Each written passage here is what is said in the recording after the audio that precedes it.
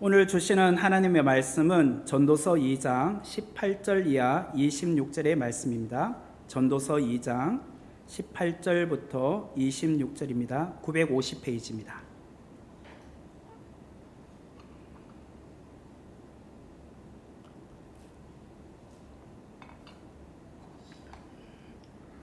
전도서 2장 18절부터 26절까지 제가 읽어드리겠습니다.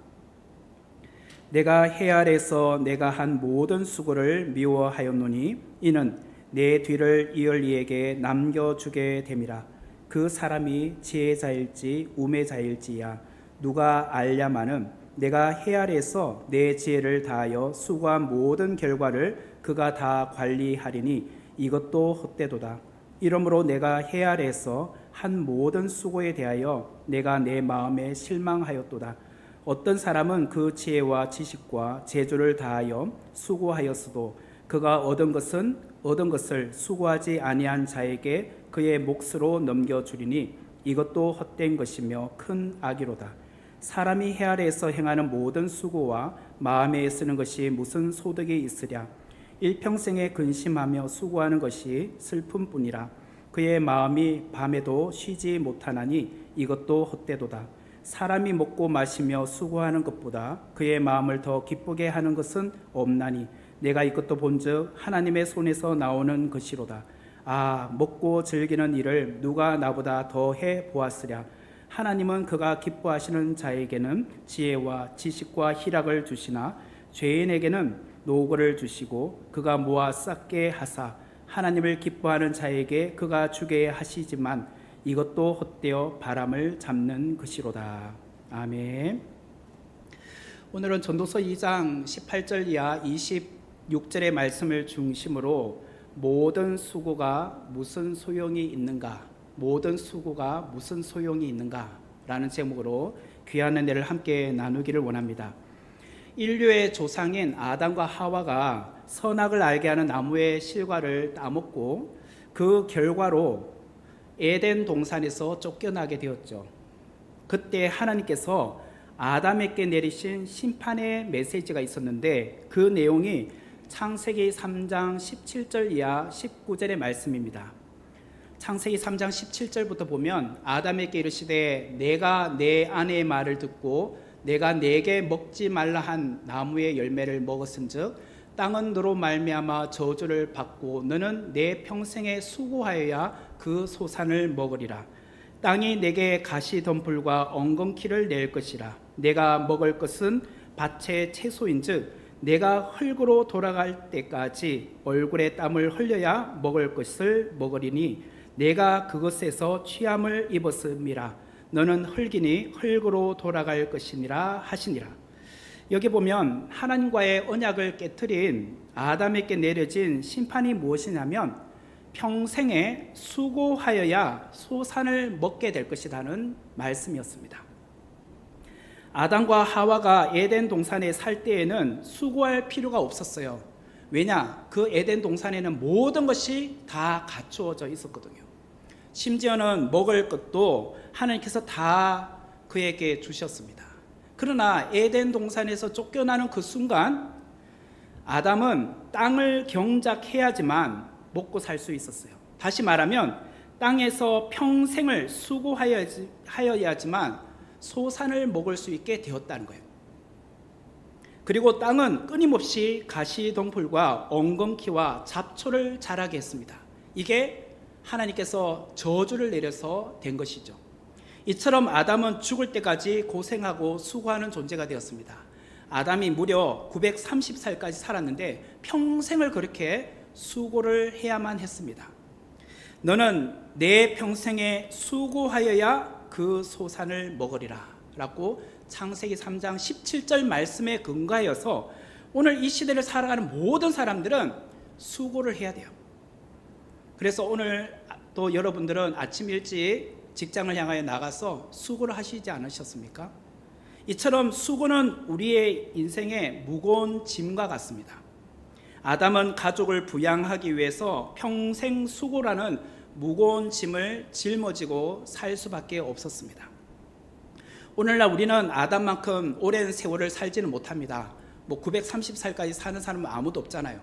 그렇지만 우리는 직장을 은퇴할 때까지, 아니 직장을 은퇴한 이후에도 노후를 살기 위해서는 정말 수고를 많이 해야만 하는 것입니다. 수고가 때로는 우리에게는 고되고 힘든 삶이긴 하죠. 먹고 사는 게, 돈을 번다는 것이 쉬운 일입니까? 여러분들이 남의 밑에 가서 돈을 번다는 거 쉽지 않잖아요. 눈치 봐야 되고, 때로는 잔소리를 들어야 되고, 싫은 소리 들어가면서 그렇게 해야지만 또 돈을 벌잖아요. 그래서 정말 오늘 우리의 인생은 모두가 이처럼 수고하는 인생이라고 말할 수 있습니다. 미국인들은 금요일에 직장에서 퇴근하면서 이런 말을 합니다. TGIF. 이건 줄임말인데요. T는 thank, G는 God, 그 다음에 I는 it's, F는 Friday. 그래서 Thanks God, it's Friday. 이게 뭐냐면 하나님 감사합니다. 오늘 드디어 금요일이 왔습니다. 왜 이런 말 할까요? 일주일 내내 수고하고 바쁘게 살다가 이제 금요일이 왔으니까 주말이 온다는 거예요. 그래서 하나님 감사해요. 이제 드디어 금요일이 왔습니다. 이걸 오늘 우리로 말하면 불금이에요. 불금. 진짜 오늘 금요일이 왔다. 그러면서 금요일날 밤은 뭐 집에 일찍 퇴근하기보다는 직장인들이나 또 지인들 만나서 뭐 늦은 시간까지 또 식사도 하고, 또 나름 뭐 주말 오기 전에 뭐 영화관에 가서 영화도 보고, 뭐 노래방에 가서 노래도 한 번 불러보고, 뭐 그러고 나서 금요일날 귀가하는 분들도 참 많으시잖아요. 그러면서 주말을 보내고 다시 월요일을 맞이합니다. 그런데 월요일이 되면 지난 금요일 밤부터 토요일, 주일, 그들은 일요일이라고 하겠지만 이를 보내고 월요일이 되면 월요병이 없을까요? 월요병이 있어요. 그만큼 직장 생활을 하고 학교를 다니다가 쉬지만 쉼 자체도 수고였다는 거예요. 그래서 다시 직장과 학교를 가서 수고할 것을 생각하니 그들에게는 또다시 부담감이 오는 거죠. 또 월요일부터 금요일까지 어떻게 보내나. 이게 그들에게서는 또 수고라고 생각하기 때문이죠.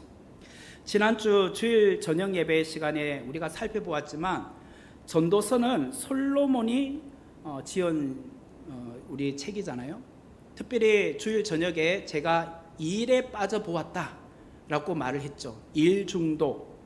그래서 솔로몬은 큰 사업도 해보았습니다. 그리고 나서 내린 결론이 무엇이었느냐. 18절의 말씀을 보면 내가 해 아래에서 내가 한 모든 수고를 미워하였노니 라고 오늘 본문 18절은 그렇게 시작을 하고 있습니다.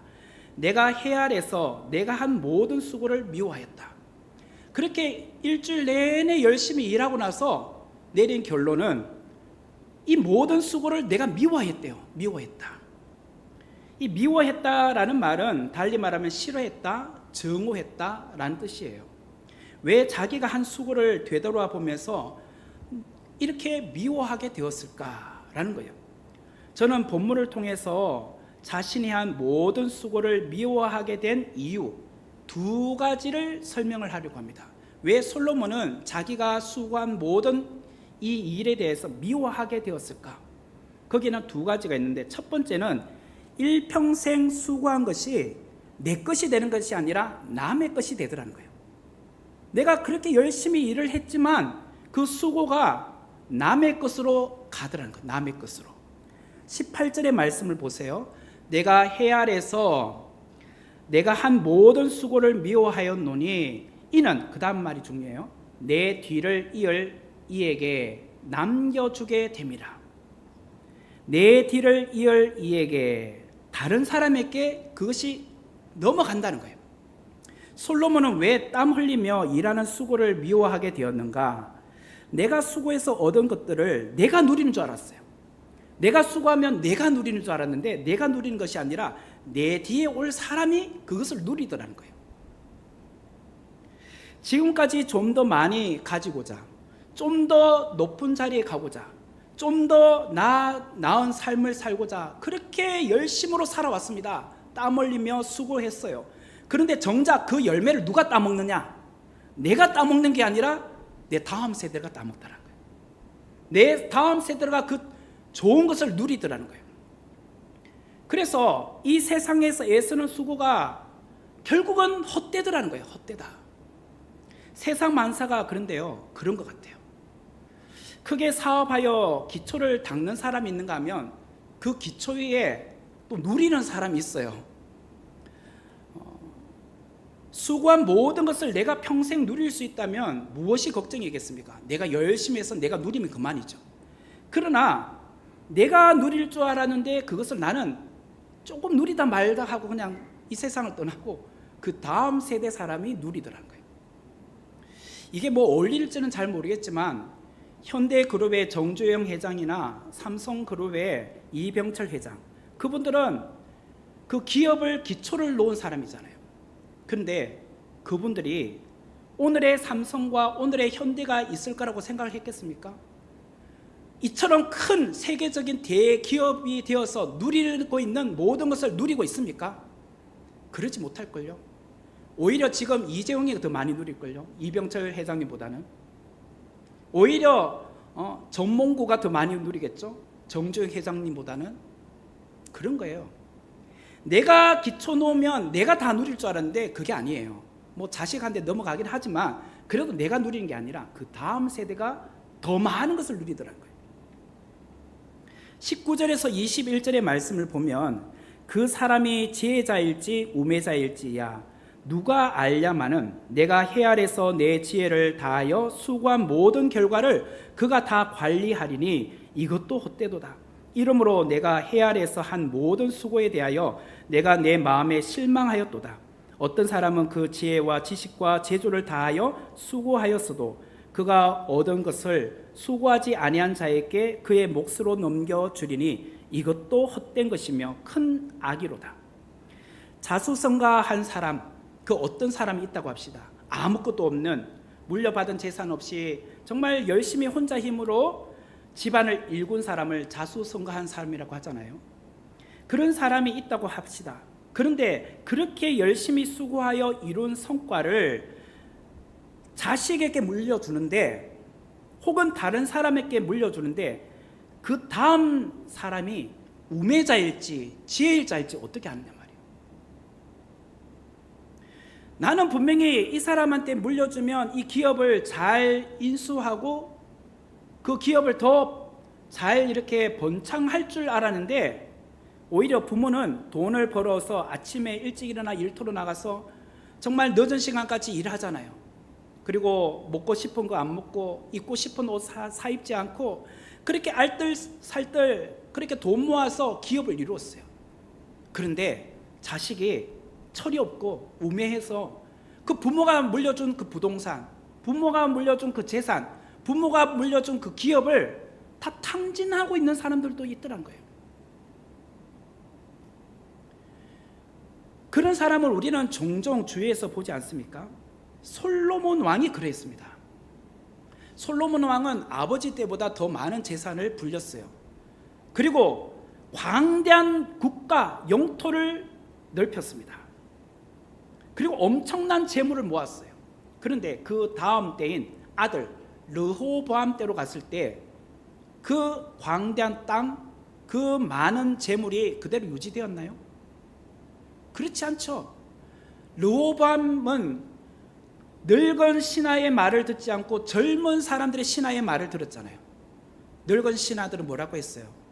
왕이시여, 아버지가 아버지 때에 너무나도 과도한 세금을 거두어서 그걸 그래서 뭐 건축 사업하고 무슨 사업한다고 과도한 세금으로 국민들의 지금 생활고가 지금 만만치 않습니다. 그러니 당신은 아버지처럼 그렇게 백성들의 고열을 짜지 마시고 좀 이렇게 백성들을 좀 편안하게 해 주시면 좋겠어요. 이게 늙은 신하들의 말이었어요. 하지만 젊은 신하들은 오히려 더 많은 과도한 세금을 거둬서 아버지보다 더 큰 사업을 해보라고 막 이렇게 부추겼죠. 그런데 오히려 르호보암은 그 젊은 신하들의 말을 듣고 백성들의 고열을 짜내기 시작을 했습니다. 그로 인해서 어떻게 됐죠? 나라가 두 동강이 납니다. 겨우 자기를 따르는 그런 지파는 한 지파잖아요. 본인의 지파는 유다 지파지만 베냐민 지파와 함께 두 지파만 남유다가 되고 나머지 10개의 지파가 북쪽으로 갑니다.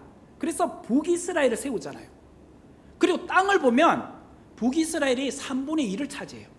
남유다는 그냥 3분의 1이고 그 넓은 영토가 3분의 1밖에 없게 된 거예요. 결국 우매하니까 재산을 물려줘도 땅을 넘겨줘도 그것을 관리하지 못했다는 거예요. 오늘도 비슷한 사례들을 우리는 많이 봐요. 부모가 남긴 가업을 이어받은 자식이 그 가업을 잘 간수하는 분이 있는가 하면 간수하지 못하는 분들이 참 많아요. 23절의 말씀을 보면 일평생에 근심하며 수고하는 것이 슬픔뿐이라 그의 마음이 밤에도 쉬지 못하나니 이것도 헛되도다. 일이 가져오는 모든 근심을 한번 생각을 해보세요. 이 자리에 직장에 다니는 우리 성도님들 일을 마치고 집에 오면 그냥 편안하게 쉬는 분들은 아마 극히 드물 겁니다. 집에 와도 밀린 회사 일을 하는 분들도 있어요. 내일 뭐 큰 프로젝트를 해야 된다, 발표를 해야 된다 라고 할 때 오늘 어쩌면 집에 와서까지도 밤늦은 시간까지 그 프로젝트를 준비해야 됩니다. 밤잠을 설칠 거예요. 그러면서 이 내일 그 큰 프로젝트를 발표할 때에 내가 잘할 수 있을까 근심 걱정하며 잠을 잘 이루지 못하는 경우도 있을 겁니다. 그런데 이러한 모든 수고가 슬픔뿐이다 라고 말을 하고 있어요. 왜 일평생 근심하며 수고하는 것이 슬픔뿐일까? 열심히 일을 했는데 회사에서 나가래요. 나는 정말 이 직장을 평생 직장이라고 생각하고 아침 일찍 출근해서 늦은 시간까지 누구보다도 더 열심히 노력을 했는데 명태를 지켜요. 승진해서 밀리기도 해요. 내가 열심히 일한 만큼 성과가 돌아오지 않을 경우도 많아요. 비즈니스도 마찬가지죠. 경쟁 업체가 가까이 있다. 정말 그 경쟁 업체보다도 더 잘해야지만 우리 사업이 잘 되잖아요. 같은 뭐 업종에 뭐 커피숍이 옆집에도 있고 우리 집에도 있다고 합시다. 서로 간에 뭐 이렇게 경쟁 아닌 경쟁을 하다 보면 또 나름의 근심이 있고 부담감이 있죠. 더 잘해야 된다는 부담감. 그래서 밀리면 어떻게 돼요? 부도가 나잖아요. 그래서 문을 닫아야 되잖아요. 적자가 되니까. 그러므로 근심하며 수고하는 것이 우리에게는 슬픔뿐이더라는 거예요. 슬픔뿐이다. 23절을 말씀을 보면 일평생 근심하며 수고한다고 말해요. 일평생. 한시적으로 그렇게 수고하고 근심한다는 말이 아니라 일평생. 시작부터 끝까지 인생은 고된 노동이요, 고된 수고였다는 거예요. 이것은 인류의 조상 아담부터 오늘 이 시대까지 다 모든 인생들은 수고하고 그리고 고된 노동을 하고 살아가고 있더라는 거예요. 그래서 내린 결론이 무엇이냐? 평생에 수고하여야 그 소산을 먹으리라. 이 창세기 말씀 그대로 간다는 거예요. 평생 수고하여야 그 소산을 먹으리라. 그런데 해 아래서 행하는 모든 수고로부터 얻은 것을 생각해 보면 일평생 근심하며 수고하는 것이었어요. 여러분들 평생을 지금까지 살아온 인생을 한번 되돌아보세요. 정말 수고하지 않으셨습니까? 그냥 거저먹고 사는 사람이 있습니까? 그러면 저에게 노하우를 좀 알려주십시오. 저도 그러고 싶습니다. 다 그 평생 수고한 대가로 지금까지 왔잖아요. 왜 솔로몬은 자신이 한 모든 수고를 이렇게 미워했을까? 첫 번째는 일평생 수고한 것이 내 것이 되는 것이 아니라 남의 것이 되더라는 거. 두 번째는 타인보다 좀 더 낫고자 하는 경쟁심이 있더라는 거예요. 경쟁심이 장난 아니게 많더라는 거예요. 전도서 4장 4절의 말씀을 보면, 전도서 4장 4절인데요. 내가 또 본즉 사람이 모든 수고와 모든 재물로 말미암아 이웃에게 시기를 받으니 이것도 헛되어 바람을 잡는 것이로다. 헛되어 바람을 잡는다. 헛되다 말이 두 번 들어가는 거죠. 헤벨, 헤벨. 바람도 헛되다, 헤벨이라고 했죠. 개역 개정판 성경은요, 좀 뭔가 명확하게 뜻이 드러나지 않는데, 이것을 표준 세번역과 쉬운 성경으로 한번 다시 읽어볼게요. 먼저 표준 세번역 성경은 온갖 노력과 성취는 바로 사람끼리 갖는 경쟁심에서 비롯되는 것임을 나는 깨달았다. 그러나 이 수고도 헛되고 바람을 잡으려는 것과 같다. 이렇게 표준 세번역은 말하고 있고, 쉬운 성경을 다시 이제 이어서 보면 또 살펴보니 모든 수고와 성취는 이웃에 대한 시기심에서 발생하였다. 이건 역시 바람을 잡으려는 것처럼 허무한 일이다. 좀 전에 표준 세번역은 경쟁심이라고 했고, 쉬운 성경은 시기심이라고 말하고 있어요. 사람들이 죽기 살기로 공부하고 노력하고 애쓰는 것이 알고 봤더니 다른 사람들과 경쟁하고 있더라고요. 다른 사람과 시기하고 있더라고요. 이게 우리 인생이더라는 거예요. 우리 안에는 다른 사람에 대하여 시기심과 경쟁심이 늘 꿈틀꿈틀 그리고 있어요. 누구는 몇 평수의 아파트에 산대, 누구는 어떤 차를 타고 다닌대, 누구는 얼마짜리 가구를 집에 장만했대. 우리 이런 말 하잖아요. 이런 말을 들으면 어떻게 돼요? 여러분 중에 정말 대단하다, 좋겠다, 잘됐다, 이렇게 하는 게 아니라 속으로는요, 배 아파죠. 사촌이 땅을 사면 배 아프던 것처럼 우리는 자존심이 상하고 시기심이 생기잖아요. 겉으로는 대단한 척, 좋겠다, 잘됐네. 근데 속으로는 속이 썰려요. 나는 왜 저렇게 안 됐을까? 나에게는 왜 저런 게 없을까?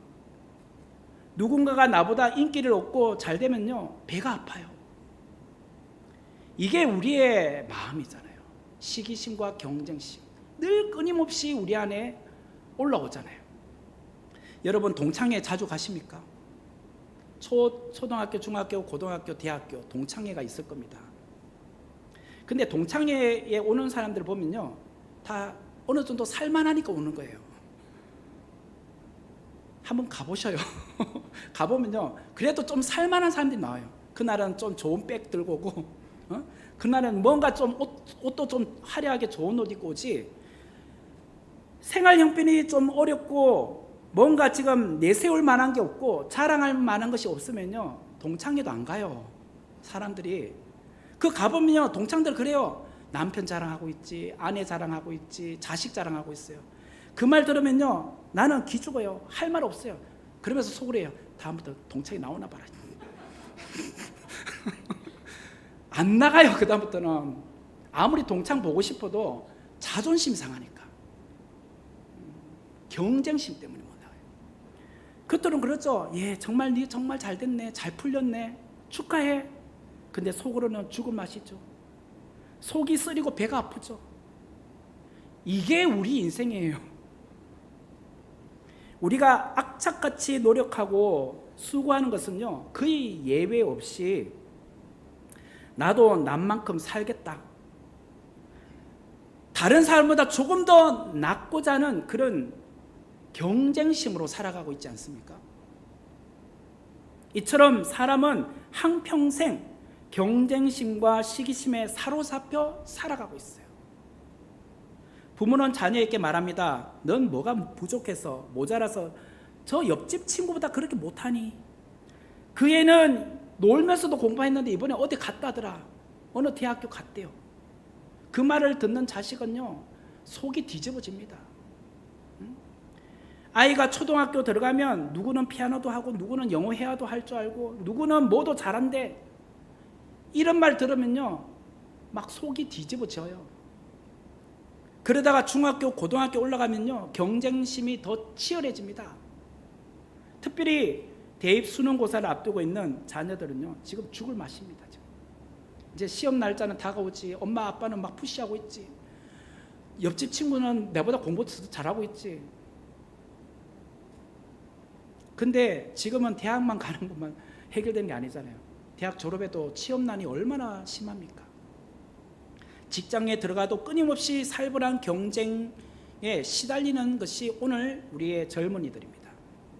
이처럼 약육강식, 적자생존, 경쟁심, 이게 사람을 평생도록 피말리고 있어요.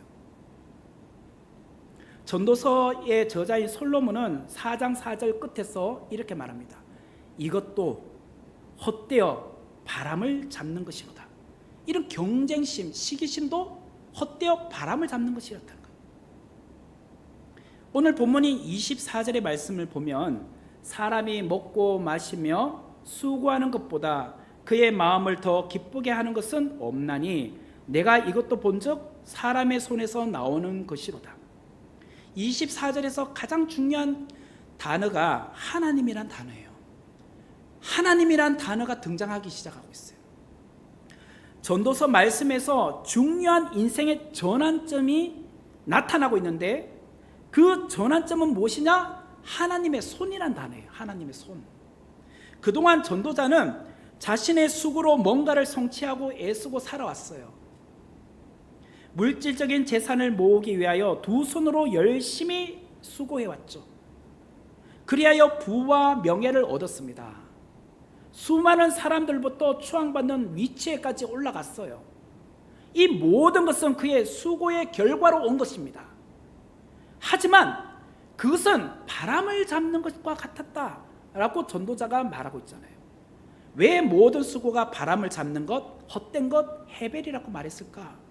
그 모든 수고에 하나님이 없었기 때문이에요. 하나님이 없으면 헛된 수고라는 거예요. 하나님이 없는 모든 세상의 수고는 다 헛되고 다 바람을 잡는 것과 같다는 거예요. 22절의 말씀을 보면 사람이 해 아래서 행하는 모든 수고와 마음에 애쓰는 것이 무슨 소득이 있으랴? 제가 22절에서 오늘 본문의 제목을 잡았습니다. 모든 수고와 마음에 애쓰는 것이 무슨 소득이 있느냐? 모든 수고가 무슨 소득이 있느냐? 이 질문이죠. 22절의 말씀을 직역을 하면 이런 거예요. 참으로 사람이 해 아래서라는 것은 세상에서 수고하며 그의 마음을 다하는 모든 수고로 얻게 되는 것이 무엇이냐? 인간이 모든 수고로 얻게 되는 것, 얻을 수 있는 것이 무엇이란 말이냐? 이렇게 질문을 하고 있어요.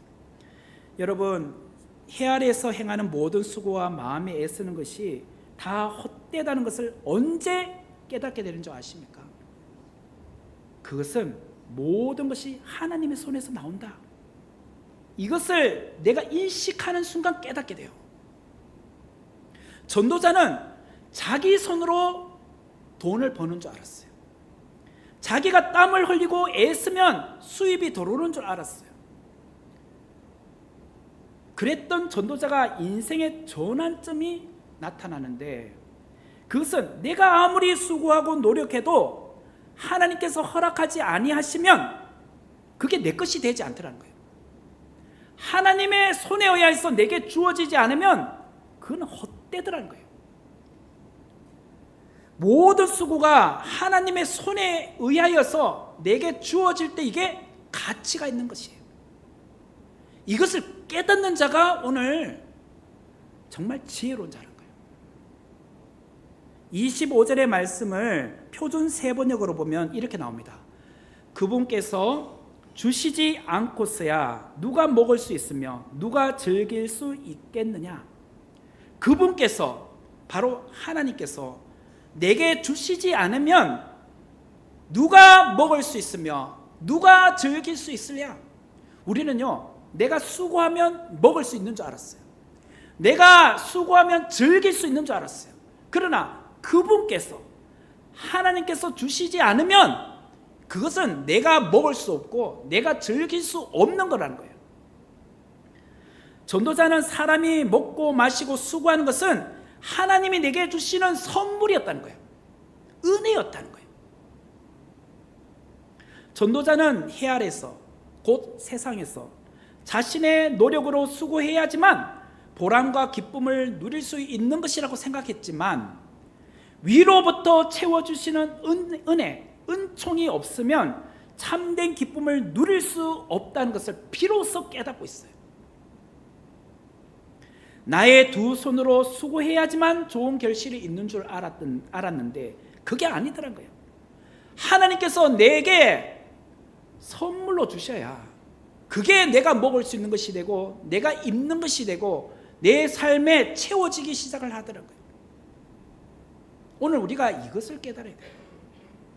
전도서 4장 6절의 말씀을 보면 두 손에 가득하고 수고하며 바람을 잡는 것보다 한 손에만 가득하고 평온함이 더 나으니라.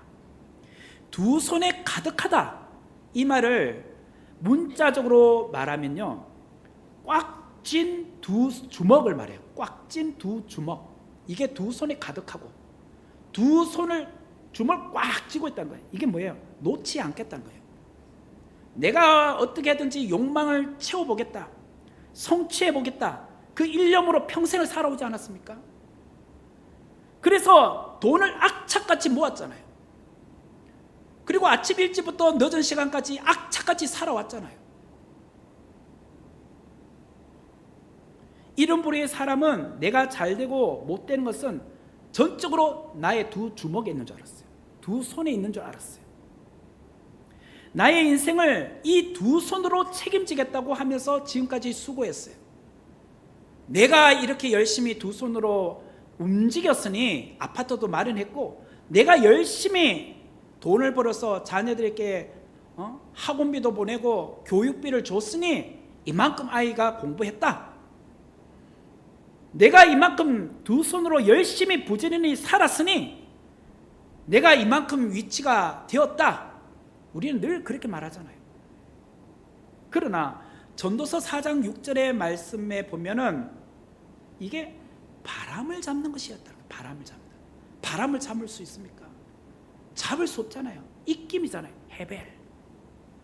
내 인생을 나의 두 손에 걸고 살아가면, 꽉 찐 두 주먹으로 살아가면 바람을 잡는 것과 같은 거예요. 허무한 거예요. 하지만 4장 6절에서 한 손으로만 가득하고 평온함이 더 낫다고요. 한 손으로만 가득하고 평온함이 더 낫다. 두 손으로 사는 것이 허무한데 아무것도 안 잡히는데 오히려 한 손에 가득한 게 낫다는 거예요. 그리고 마음이 평안한 것이 낫다는 거예요. 이게 뭘까요? 한 손으로만 일할 때 만자가 중요해요. 만자가. 내 인생을 두 손에 의해서 달렸다고 생각하는 것이 아니라, 그런 사람은 자기 자신을 위하여 열심히 내가 노력해야지만 된다고 하는 사람이라면, 한 손에만 가득하다는 것은 한 손은 내가 열심히 일을 하고 다른 한 손은요, 하나님의 손을 붙드는 거예요. 이 말이에요. 그런 사람이 평온함이 더 낫다는 거예요. 두 손으로 세상의 것만 붙들고 있는 사람보다는 한 손으로는 열심히 일하면서 한 손으로는 하나님의 말씀을 붙잡고 있는 사람이 더 낫다는 거예요. 그런 인생이 하나님께서 더 귀하게 보신다는 거예요. 세상의 욕심과 시기심과 경쟁심을 다 내려놓고 오로지 한 손만 가득한 필요한 양식, 한 손에는 주님이 주시는 평온함, 그게 복이라는 거예요. 이게 달리 말하면 자족함이죠. 자족함. 우리는 두 손이 가득 채워져야 뭔가 안심이 되는 것 같고 채워지는 것 같으나, 한 손에만 가득하다는 것은 두 손에 비해서는 작지만 하나님과 연결되어 있잖아요. 하나님의 손을 잡고 있으니 하나님께서 늘 공급해 줬어요. 일용할 양식을. 그리고 주님, 이것으로 족합니다. 내가 너무 부하게도 마시고 너무 가난하게도 마시고라고 어제 제가 새벽에 말씀드렸잖아요. 너무 부하면 내가 하나님을 모를까 할까 걱정된다고. 너무 가난하면 내가 도둑질해서 내가 생활고에 비참하게 살까 걱정된다고. 하나님은 늘 우리에게 이렇게 말씀하시는 거죠. 24절의 말씀을 보면, 사람이 먹고 마시며 수고하는 것보다 그의 마음을 더 기쁘게 하는 것은 없나니 내가 이것도 본즉 하나님의 손에서 나오는 것이로다. 하나님이 없이 자신의 두 손으로 살아가는 자들이 모은 재산과 그들의 모든 수고는 바람을 잡는 것처럼 허무하지만 한 손으로는 일하면서 동시에 한 손으로는 하나님의 손을 의지하고 그 손을 붙잡고 있는 사람이 하나님의 채우심과 마음의 평안함이 더 넘친다는 거예요. 우리는 일평생 근심하며 수고하지 않으면 먹고 살 수 없는 존재들이지만 하나님께서 나에게 은혜를 베풀어 주시고 선물로 주신 이 건강, 선물로 주신 이 산업, 기업, 선물로 주신 이 자녀들 주님의 손에 맡깁니다. 주님께서 선물로 주셨잖아요. 내가 하나님의 방법으로 하나님의 은혜로 경영하겠습니다. 하나님의 주시는 청직의 사명으로 자녀들을 양육하겠습니다. 이게 오늘 한 손으로 채우는 인생, 그리고 다른 한 손으로는 주님의 손을 붙든 거, 그 인생이라는 거예요. 빌립보서 4장 11절에서 13절의 말씀을 보면 내가 궁핍함으로 말하는 것이 아니니라 어떠한 형편이든지 나는 자족하기를 배웠노니 나는 비천에 처할 줄도 알고 풍부에 처할 줄도 알아 모든 일 곧 배부름과 배고픔과 풍부와 궁핍에도 처할 줄 아는 일체의 비결을 배웠노라. 내게 능력 주시는 자 안에서 내가 모든 것을 할 수 있느니라. 우리가 빌립보서 4장 13절 말씀은 잘 알잖아요. 내게 능력 주시는 자 안에서 내가 모든 것을 할 수 있다. 근데 앞에 구절이 그런 배경에 의해서 13절이 나왔잖아요. 앞에 구절에 11절에서 내가 궁핍함으로 말하는 것이 아니라 어떠한 형편이든지 나는 자족함을 배웠다. 그 하나님이 내게 능력 주시는 자 안에서 내가 모든 것을 할 수 있도록 해주신다는 거예요. 자족해야 하나님께서 내게 능력 주신다는 거예요.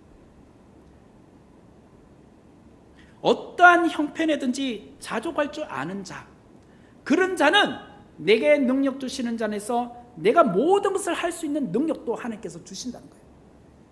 늘 나는 부족하다, 나는 연약합니다. 주님의 손을 붙드는 자에게 능력을 주신다는 거예요. 경쟁사에서, 경쟁 구도에서 우리가 어떻게 평안을 누릴 수 있을까?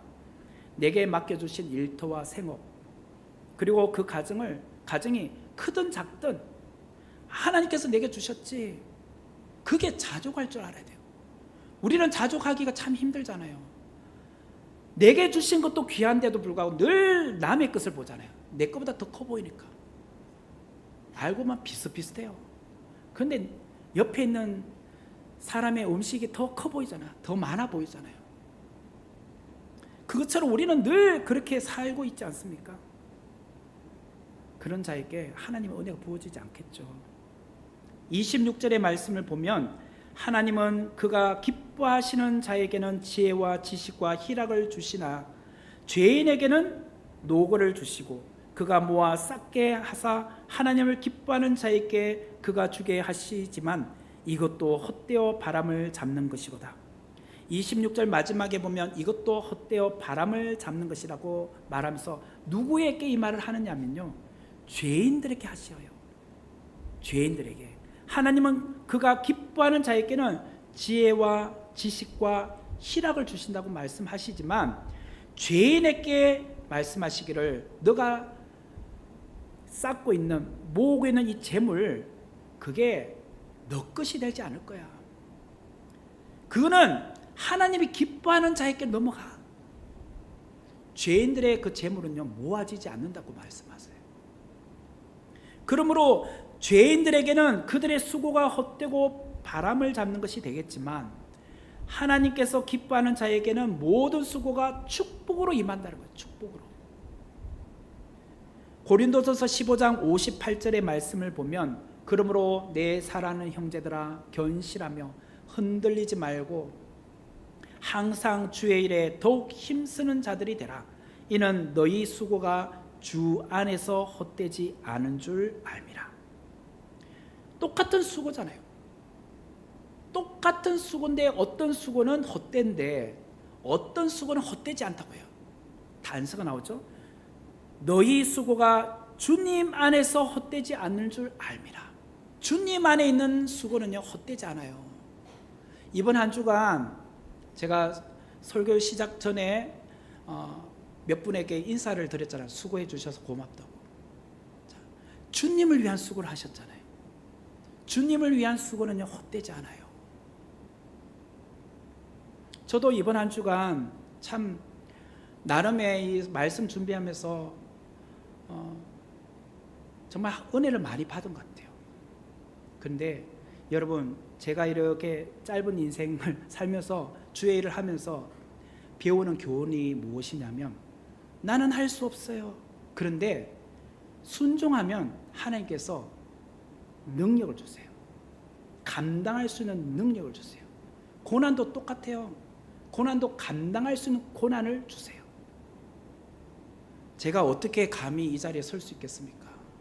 제가 뭘 한다고. 그러나 순종하고 기도하고 하면 감당할 수 있는 것을 주시는 것 같아요. 제가 오늘 새벽에도 말씀드렸잖아요. 제가 예레미야서를 이전에 했던 설교이기 때문에 재탕한 것이 아니었다고. 처음 하는 설교라고 했잖아요.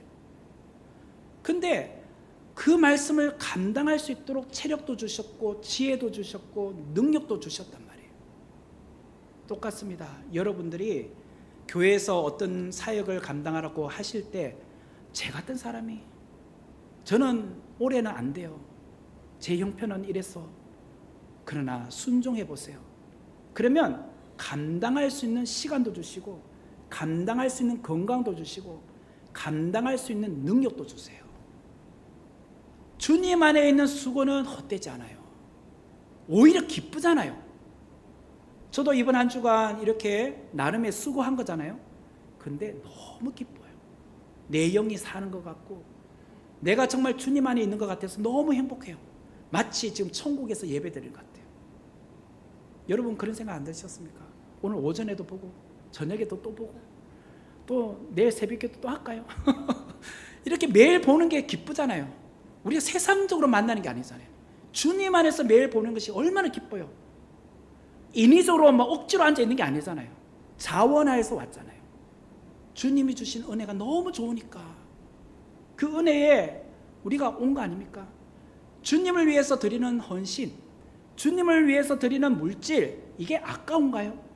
그 수고가 헛될까요? 아닙니다. 귀한 겁니다. 오늘 그 귀한 자리에 여러분이 앉아 계시는 겁니다. 그렇기 때문에 항상 주의 일에 더욱 힘쓰는 자가 되라. 그렇게 말씀하신 것처럼 그런 자에게는 너희 수고가 주 안에서 헛되지 않게 하시리라. 세상의 것을 쫓아가면 헛될 수밖에 없지만 주님 안에 있는 수고는 헛되지 않다. 오늘 이 말씀을 우리의 마음에 담아서 기도함으로 나가는 자 되기를 주의 이름으로 축원합니다. 같이 기도하도록 하겠습니다. 은혜로우신 하나님 참 감사합니다. 오늘 저희들이 정말 한 주간 예레미야 말씀을 통하여서 새벽마다 은혜를 주시고, 또 이 밤에 전도서를 통하여서 무엇이 가치가 있고 어떤 수고가 보람이 있는지 우리에게 알려주심에 감사합니다. 우리 모두가 주님 안에서 수고하는 자 되기를 원하며 그 수고가 헛되지 않은 줄 믿고 달려가는 자 되게 하여 주옵소서.